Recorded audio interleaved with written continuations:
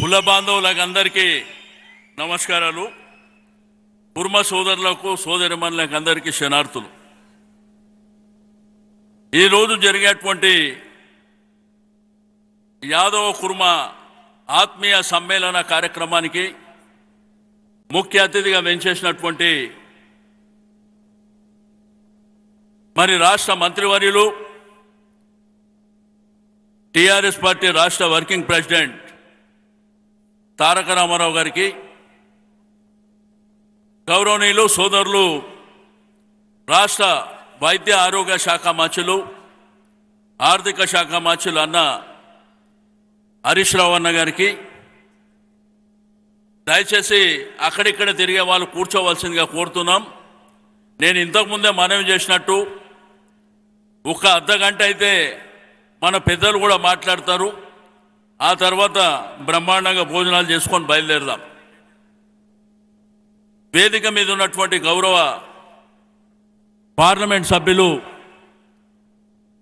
లింగన్న యాదవ్ గారికి, గౌరవ సీనియర్ శాసనసభ్యులు జైపాల్ యాదవ్ అన్న గారు, బొల్లం మల్లయ్య యాదవ్ గారికి, తమ్ముడు భగత్ గారికి, అదేవిధంగా చైర్మన్ బాలరాజు గారు, గౌరవ కుర్మ సంఘం అధ్యక్షులు రాష్ట్ర బాబు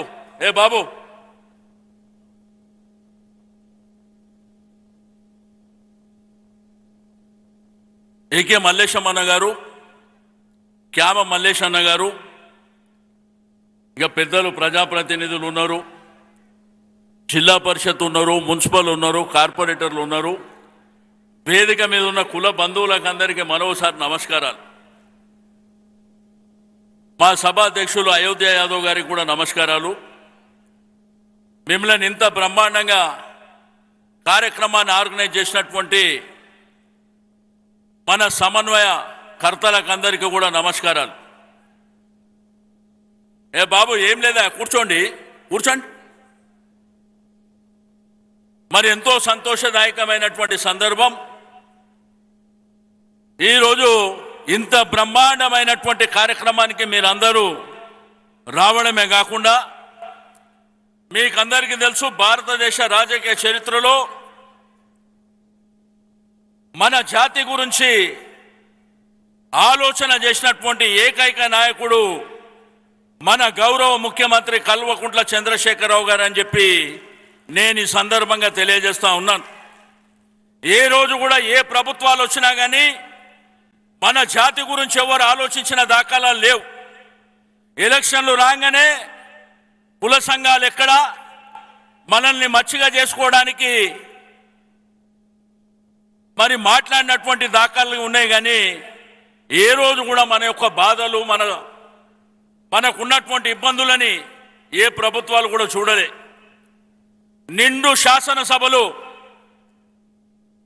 మన కోసం గొప్పగా మాట్లాడినటువంటి భారతదేశ చరిత్రలో ఏకైక ముఖ్యమంత్రి కేసీఆర్ గారు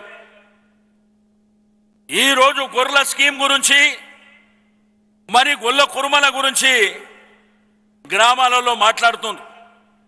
ఈ సమస్యలు కొత్తయా? దీని గురించి ఎవరైనా ఆలోచన చేసిండ్రా? గత ప్రభుత్వాలు ఏ రోజైనా పట్టించుకున్నాయా? కానీ మన సంఘాలు, ఇక్కడ ఉన్నటువంటి మీరు కావచ్చు, మేము కావచ్చు, ముఖ్యమంత్రి గారి దగ్గరికి పోయి మాకు గొర్రెలు కావాలని మనం అడగలే. మన జాతికి గౌరవించాలని మనం అడగలే.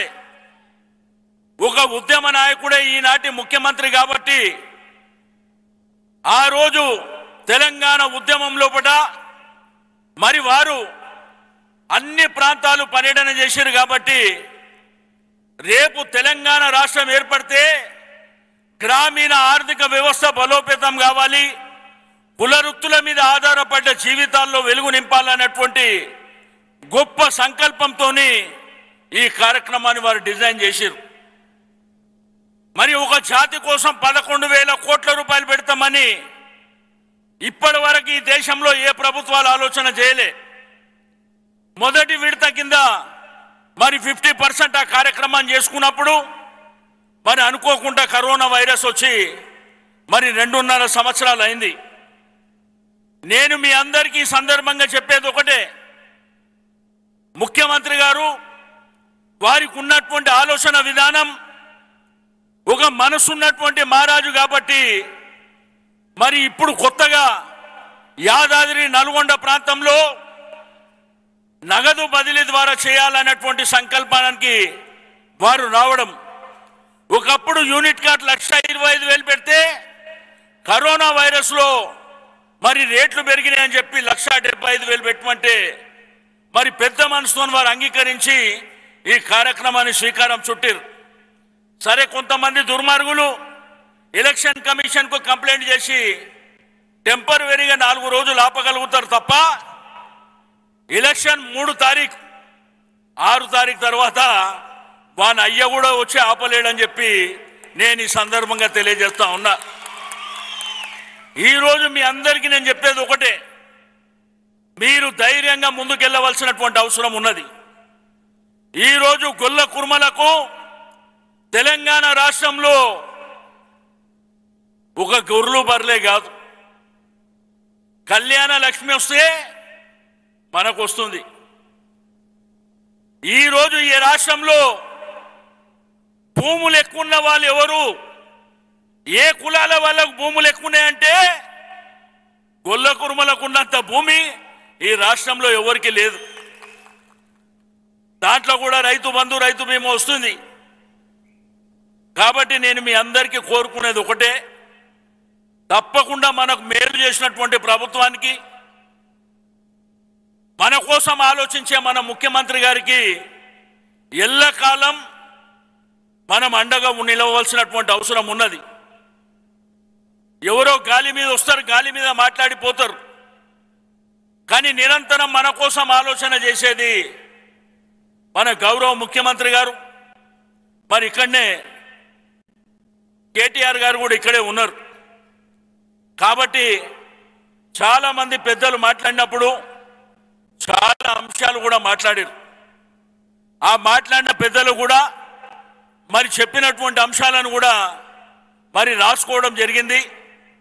తప్పకుండా ఈ విషయాలను మేము ముగ్గురం గౌరవ ముఖ్యమంత్రి గారి దృష్టికి తీసుకెళ్లి తప్పకుండా ఆ కార్యక్రమాలని మన యొక్క కమ్యూనిటీ కోసం, మన జాతి కోసం నిరంతరం పనిచేస్తామని చెప్పి నేను తెలియజేస్తూ, ఇప్పుడు మనకు హరీష్ అన్న కేటీఆర్ గారు మాట్లాడతారు కాబట్టి ఒక అర్ధగంట సేపు మనం కూడా డిసిప్లిన్గా కార్యక్రమాన్ని విని తర్వాత భోజనాలు చేసుకున్న తర్వాత మన ప్రాంతాలకు బయలుదేరవలసిందిగా నేను కోరుతా ఉన్నాను.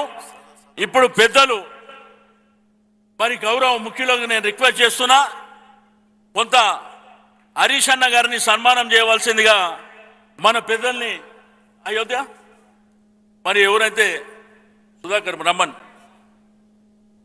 దాంతోపాటు తొందరగా డిస్టర్బ్ అవుతుంది. ఇలాంటి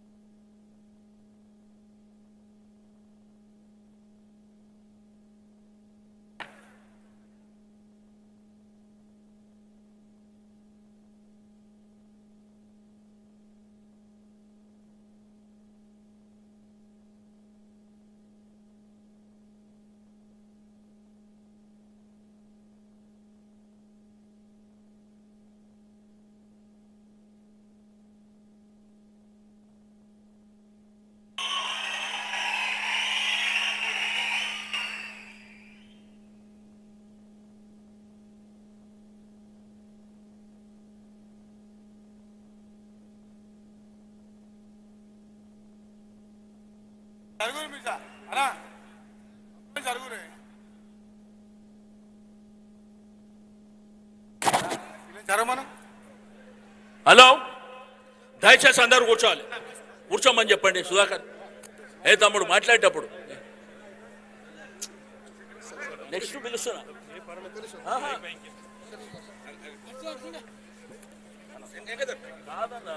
మాట్లాడే ముందు పిలుస్తున్నా, ఎందుకు తొందర పడుతున్నారు మీరు? నేను చెప్తా కదా, ఏం ప్లాన్ చేసినాం కదా. గౌరవనీయులు రాష్ట్ర ఆర్థిక వైద్య ఆరోగ్య శాఖ మంత్రులు అన్న హరీష్ అన్నను మాట్లాడ